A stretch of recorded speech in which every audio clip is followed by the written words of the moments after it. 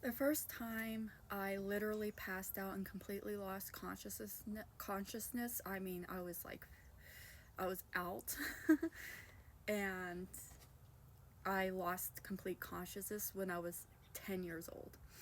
And I was actually standing for a very, very long time and holding a candle in church. Hello, my name is Darcy Marie. In 2007, at like around the age of 14 years old, I was diagnosed with some form of dysautonomia. According to the report, it said late POTS and orthostatic hypotension. But my numbers are different now because I just updated with I saw a POTS specialist, dysautonomia specialist, a couple days ago with Cleveland Clinic, and they took my vitals laying down, sitting, and standing. My heart rate did increase with it.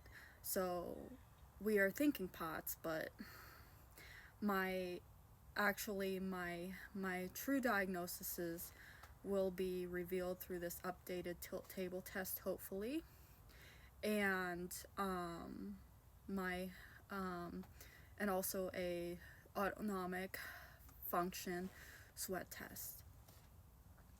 So I had extreme instances of passing out, completely losing consciousness, blacking out totally. And these instances occurred several times in the past. Though infrequent, I mostly get the pre-syncope, which is like feeling like I'm about to pass out, lightheaded dizziness, changes in my vision, warning signs or aura feeling like before you actually lose consciousness and completely pass out. Now, I get those more often. And when I do get those, it's a warning sign before I completely lose consciousness to lay down and prevent myself from passing totally out. So this new tilt table test I'm gonna have should reveal the confusing updated information that of what I may actually have now. I do still have dysautonomia, I know that for sure.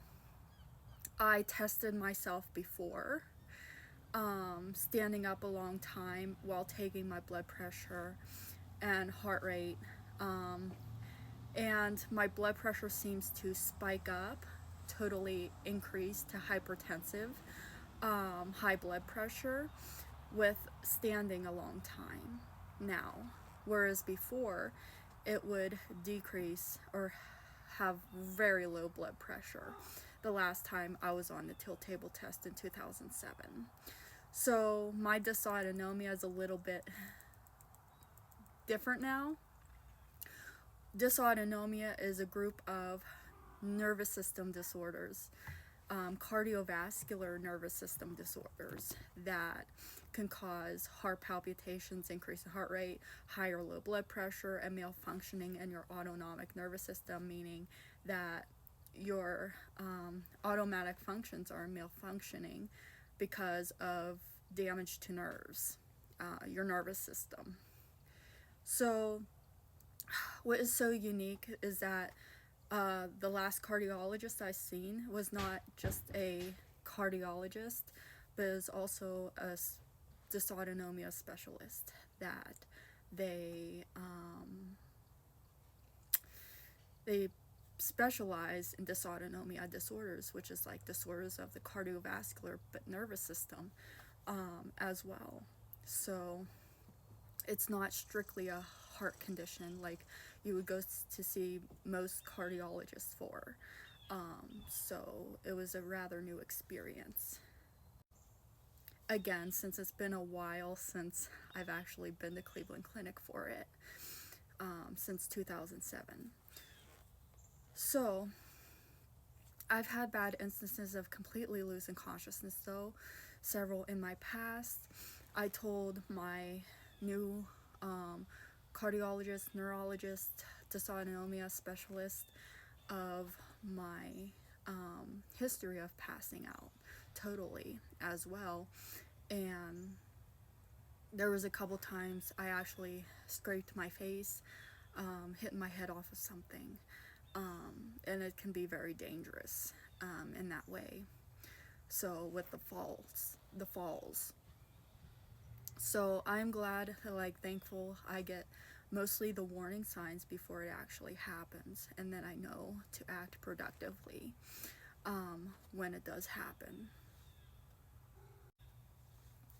So, anywho, the first time it happened, I completely lost consciousness when I was 10 years old, and I was in church standing a long time.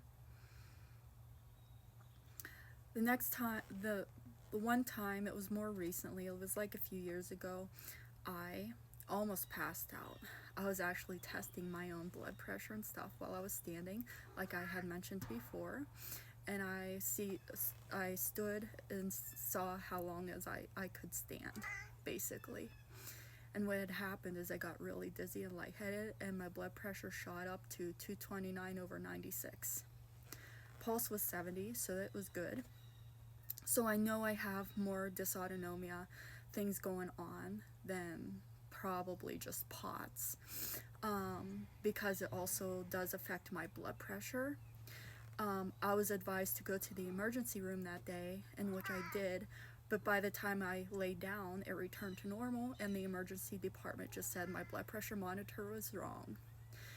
And it wasn't. It was actually my accurate blood pressure was standing. It just returned to complete normal after I was laying down, and it made it seem like nothing happened because of that. So, anywho, I told my news to dysautonomia specialist I saw a couple days ago with my appointment with Cleveland Clinic. I told them about this. They didn't think I was crazy because this happens with dysautonomia. And this is the purpose of doing the tilt table test, is they'll monitor your vitals when you are upright for like 45 minutes upright. And they will also monitor a little bit when you are reclining like that, and when you're supine, they call it, which is laying flat. So, and that's how the tilt table test works. And with that being said, there is a test for it. So I am not crazy. I know it's real. And just to have them say my blood pressure monitor was wrong was monogamous. Anywho, I've also had a history of passing out. This one time, I completely blacked out. I was out for a little bit, and my mom was shaking me, trying to wake me up, and I was not waking up. I had that happen. I told my dysautonomia specialist a couple days ago when I had my appointment about this incident, and they were like, oh wow, it's crazy, because I had a bad spell that day where I completely lost consciousness in front of my mom, and my mom was like trying to shake me awake, and it took a minute for me to come around.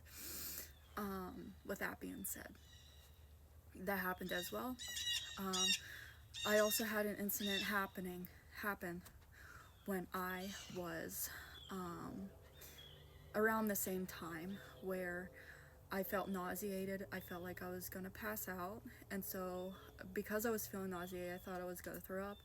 I started walking to the bathroom. I had blacked out. I fell. I hit my face off the bathroom door and scraped my face. So those are just a few stories, real, true stories of my life with dysautonomia and times I had completely blacked out. Have a good day.